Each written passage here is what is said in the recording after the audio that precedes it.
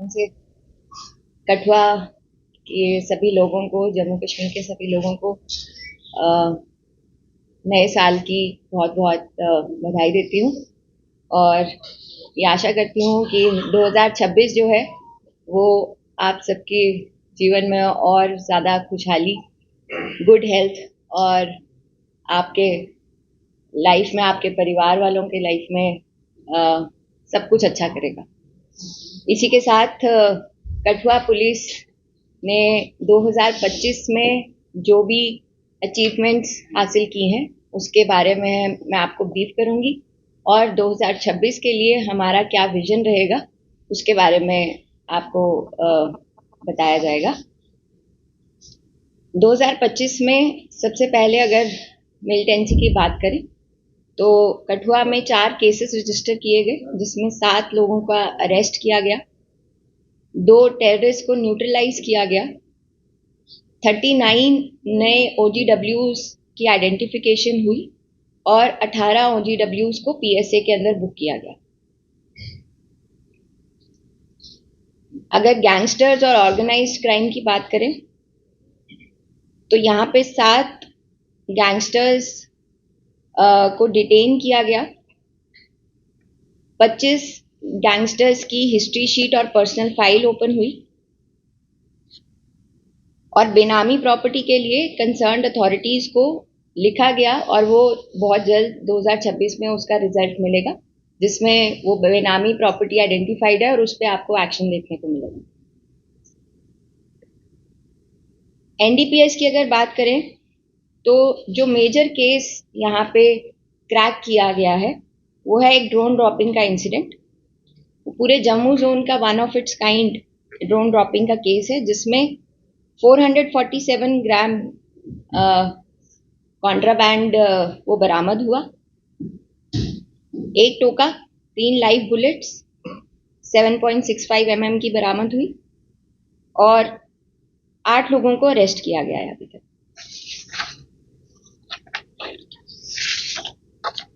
हमारा जो overall crime prevention और डिटेक्शन में अचीवमेंट रही है क्राइम डिस्पोजल की, उसमें हमारा डिस्पोजल परसेंटेज अप्रॉक्सीमेटली 80% पे जा रहा है, जो कि पिछले सालों से कहीं ज़्यादा बेहतर परसेंटेज है।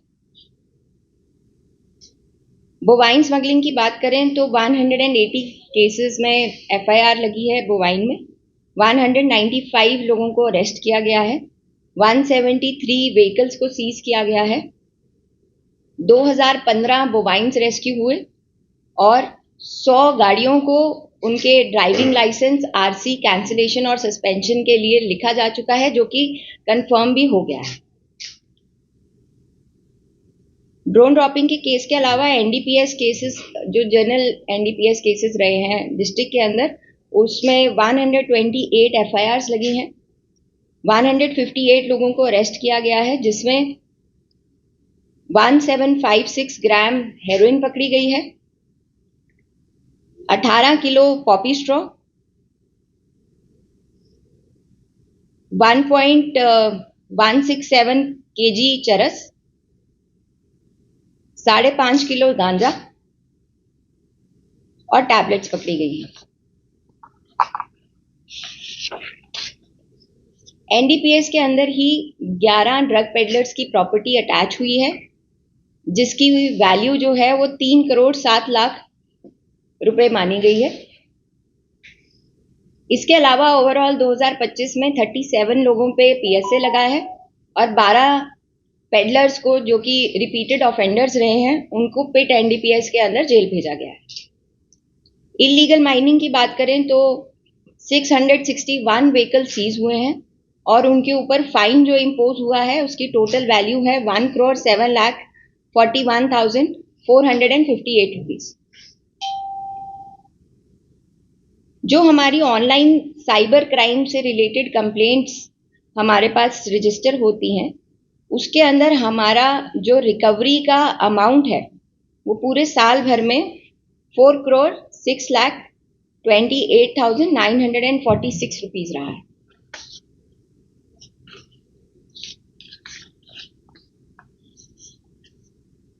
इसके अलावा हमने पूरे साल भर में 21 एब्सकॉन्डर्स को अरेस्ट किया है। जो हमारे क्राइम अगेंस्ट विमेन है उसके अंदर हमारे जितने पर्चे लगे उसमें 43 केसेस का चार्जशीट दाखिल हो चुका है क्राइम अगेंस्ट विमेन में। इसके अलावा कोर्ट के अंदर जितने हमारे केसेस ट्रायल में चल रहे थे उसमें 411 केसेस के अंदर हमें कन्विक्शन आई है और कोर्ट से हमने एनडीपीएस के अंदर ऐसे 176 केसेस हैं जिसके अंदर एनडीपीएस का डिस्ट्रक्शन हुआ है।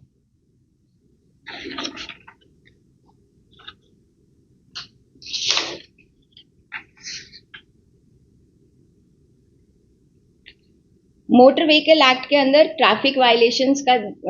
और हाईवे पे जितना ट्रैफिक है और उसमें जो ट्रैफिक वायलेशंस जनरली लोगों के रहते हैं